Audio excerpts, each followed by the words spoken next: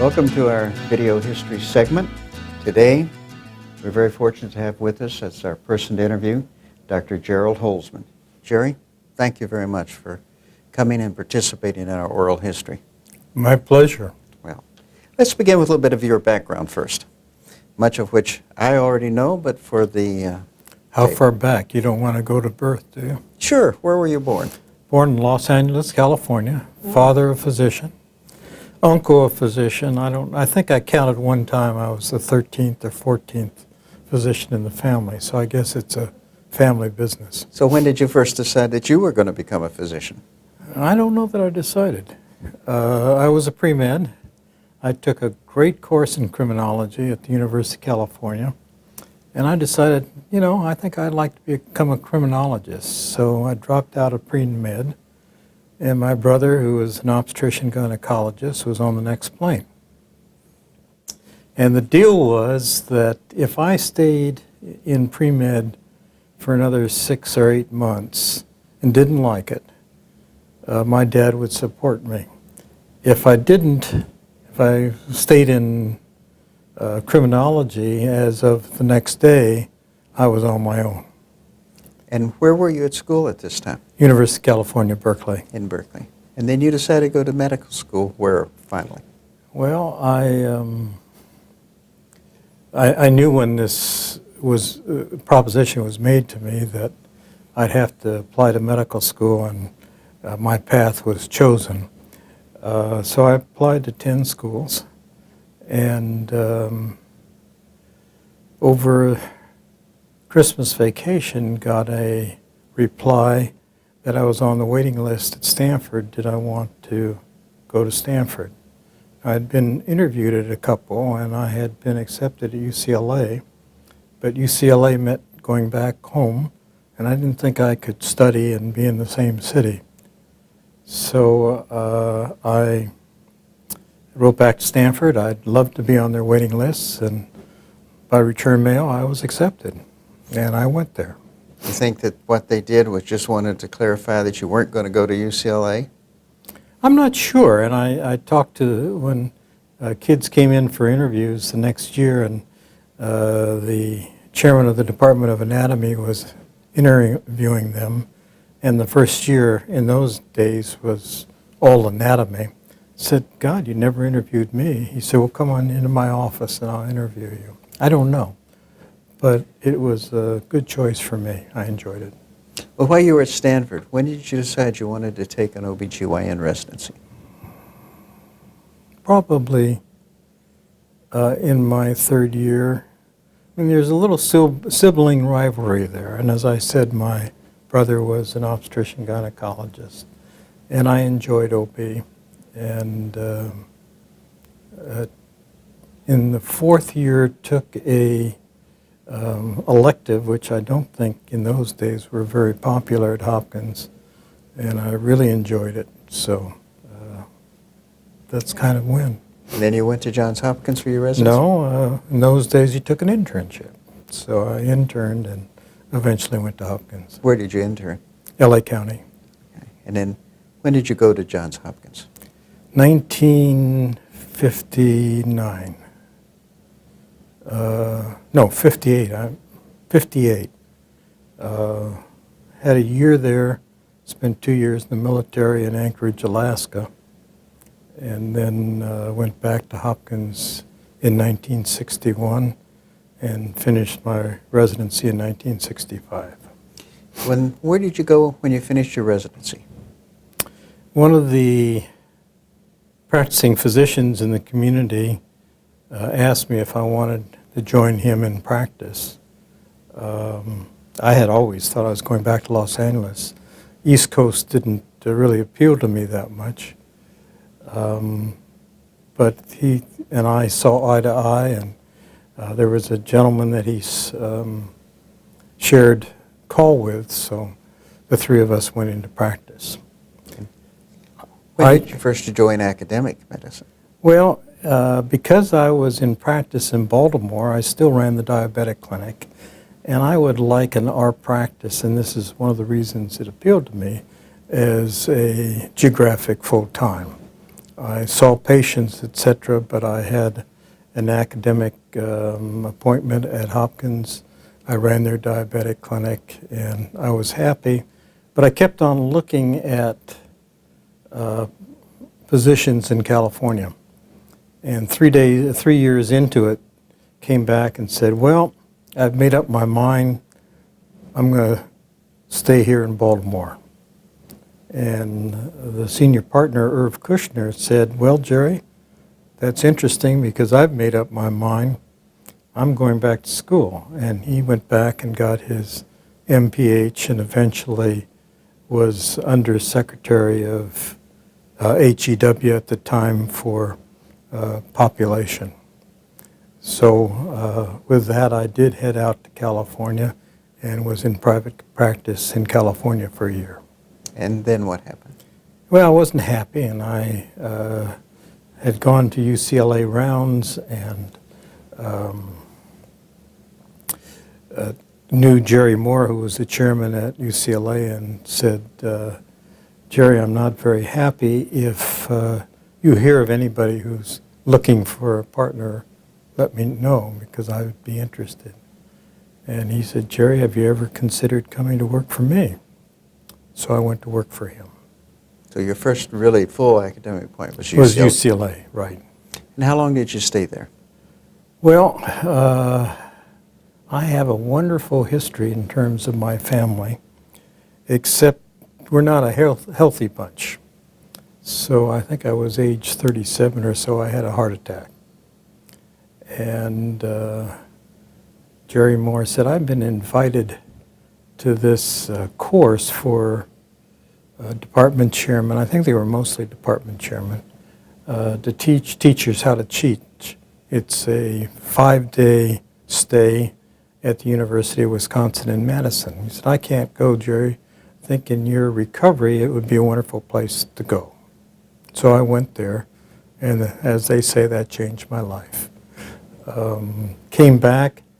No one was particularly interested in what I had learned, except for Tom Kirschbaum. And Tom had just taken the position as chairman at Michigan State University. And he offered me a job, and I said, oh, that's crazy. Michigan, you know. I remember listening to a football game when Michigan State and Notre Dame played one another, and I wondered where in the world was this place called East Lansing. But I went there, and it was a wonderful community, and I ended up on Tom's faculty with a joint appointment in the Office of Medical Education, Research, and Development. From there, where did you go? Well,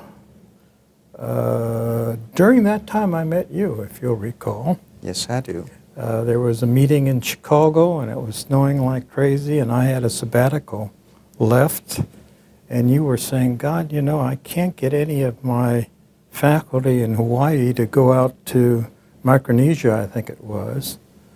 And I said, gee, Ralph, you just don't ask the right people. And the next day I saw you in the hall, and I said, you know, I was only half kidding. And you said, well, I was too. So I spent 3 months, wonderful months in Hawaii with you, and I've got good friends there now, and the other 3 months in Australia. Went back to Michigan State, and then eventually chose to go to the Medical College of Georgia. Jerry, when was the first time you got actively involved with ACOG? Probably when I was in Michigan. I attended District 5 meetings. I wasn't terribly active, but I went to meetings at that time. What positions did you hold before you became our Vice President for Education? I don't recall. You'd have to tell me, it's so long ago. You know, I'm getting kind of senile, and so I don't remember everything, but, wait a minute, excuse me. My predecessor at ACOG was Harry Vischer, and Harry had gone to ACOG from Grand Rapids, where he was in practice with his twin brother. And Harry was very nice to me, and I believe I was on the Industrial Exhibits Committee. I'm not sure of that. But just before I left ACOG, he invited me to be on the Scientific Program Committee. And that began probably my closest relationship with ACOG. That's correct. And of course, your final position with ACOG? You found it in your heart to hire me as Vice President for Education, which at the time was Director of Education, which was a fantastic job. Why did you decide to leave Georgia, where you were at that time, to take the position at the college? What factor was most important to you? Well, since those days in Wisconsin, medical education has been my love. The school in Michigan, Michigan State College of Human Medicine, which is another story, I had this Office of Medical Education, and that was a wonderful think tank. And we're going to go to your daughter's wedding soon, but I got interested in simulation. And I brought to Hawaii on my sabbatical a little thing in a suitcase, and I can't recall exactly what I called it at the time, but it was a simulation of an ectopic pregnancy. And you graciously invited the students to your house, I think, at the beginning of each new rotation, and would present this simulation. And the patient has a ruptured ectopic pregnancy, and there is a clock, and there's a uterus, and there's a syringe. We did cholecentesis at that time. And I remember vividly, and I think you do too, your young daughter sitting on the stairway when somebody said something about it's an ectopic, and she blurted out, "Well, it's about time." That's correct. Yes, we had a lot of fun during that time. We sure did. We also wrote a book. That's correct. That's correct. Which still I have on my shelf today. I do too. Now, I've wondered, I've got a wall. You haven't been to my new home, and I wish you'd correct that. A wall with books. I'm sad to say I think I consult one or two, and those are on computers, and occasionally I look at Gray's Anatomy. The rest is all on the internet, so there's no need in my mind for most of what's in my library. Jerry, during your time at the college, you became essentially our guru on the internet, computerization, and all of that. What made you get into the computers and all your computer life? When our kids started to work during the summer, I traded in my boat and bought an apple, and you know my love for apples. And at the time, I was writing test questions for the National Board. And actually, I was doing this with Ling, and we were writing them, it might have been for ACOG or CREOG, I'm not sure, but we kept the questions in a notebook, and it's hard to access and so forth, and I thought a database would be wonderful, so we created this database, and I've been going at it ever since. If you had to describe one experience you had with ACOG during the time that you were the Vice President for Education, what would have been your most memorable experience? There's so many. It's really hard to isolate them. I mean, ACOG is a fantastic environment. Having worked for so many years in the bureaucracies of medical schools, it was refreshing to have immediate access to people who could help me move forward in what I wanted to do. In the education department at the time, we developed a number of CDs, and I really think presenting students and practicing physicians with scenarios that are real-world situations where they can see, they can't feel yet, but they can see what's going on. And asking them to solve a problem is a great way to learn. And production of CDs was important. We had a course, if you'll recall, I don't think the simulators are still there, on ultrasound, which used a simulator. And you know I look for simulations. I wanted a simulation lab. There's a lot that was done and a lot to be done, and I just enjoyed it all, Ralph. What was the one experience or experiences that you found the least comfortable with, most unhappy about? I can't think of many. I do recall one argument we had that I'd rather forget, but in 7 years, that's pretty minor, isn't it? Yeah. If you could make one change in ACOG, in the whole education division, what would it be? Well, I've been preaching, and one of the things that I can thank you for, when you first came to ACOG, you saw a budget item of $45,000 or so for an organization called the Council of Medical Specialty Societies, and you wanted to drop out. And you and I think it was at the same time, went to this meeting. You invited me, and they have a component group of educators.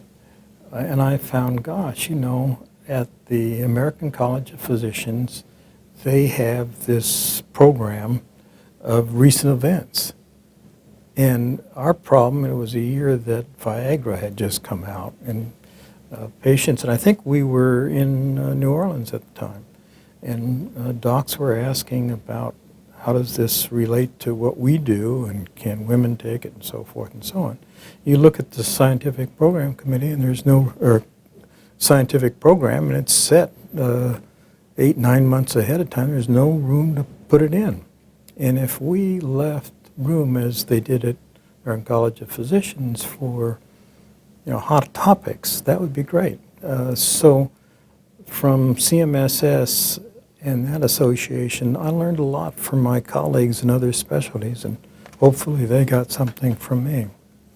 Jerry, recently you and your wife Barbara agreed to endow the Stump the Professors program. There are a lot of opportunities for endowment. Why did you choose that particular one? It's education. It's residence. It's a program that's been very popular, and I think will continue. And my life was about education, whether it was medical students, residents, or at ACOG training physician, or not training, but providing physicians in practice the opportunity to learn new things. What, if you had the choice, what would you see as the biggest changes that you would make in ACOG? At this time? At this time. Well, I know the census of members of ACOG, I don't know what it is exactly, but I would guess, what, 45% women today? Is it Actually, it's 47%. Is it 47%? In my medical school, it was 5%, so it's changing, and 10 or 20 years from now, it will be 90% or 85%, somewhere around there. So that, how that impacts, I don't know, but I'm concerned about today's physicians and hopefully their love of medicine. And I don't know what ACOG can do to maintain that, but it's an organization, at CMSS again, the question came up at a board meeting, who do we represent? We represent our societies. No, we represent the patients. And I think ACOG represents the patients. Sure, its members are physicians, but our dedication is to improve care, women's health care. So I don't know how that translates into changes for ACOG, but we've got to keep that mission foremost in our mind. You were president of CMSS, as I recall. Yes. What do you see of ACOG's role in CMSS? Well, I hope it continues to be a very active contributor. You have supported it from those days when you said, no, we shouldn't. Its leadership changed. We had a fantastic leader in Walt McDonald, and now we have Norm Kahn. There's strength in numbers, and there are now 32, I believe, specialty societies that are members. And once again, it's an organization that represents patients and what's good for patients. And so if we advocate something that will improve patient care, I think we're a lot better going to Congress and to the population at large if we go as a group of 550,000 rather than 50 to 60,000 physicians. You've been very intimately, as you indicated, involved in education, all aspects of education. You're well known throughout especially as one of the leaders in education, both in terms of current education and in terms of looking to the future. Let's take this scenario that I'm a young medical student. We just recently had a meeting here with over 300 medical students, and I'm thinking about going into OB/GYN. What advice would you give me as a young medical student looking to start a residency in OB/GYN? Well, you have to like people.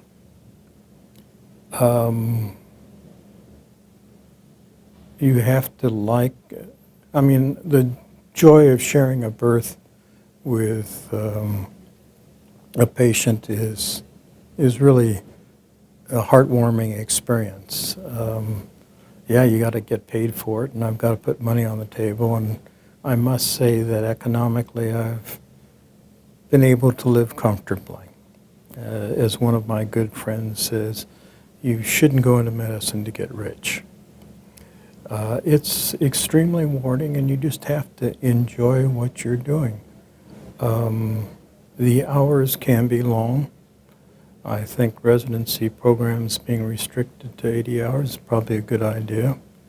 Now there's concern that it should be down to 50 or so. I'm concerned that it will become a job where folks sign in and sign out, and it's an assembly line job. So I would hope that folks go into OB/GYN because they're challenged by the problems. They like medicine, they like surgery, and they like people. With that, I want to thank you very much for being here with us to share of yourself and to share with ACOG in this, our visual history. Well, thank you for inviting me.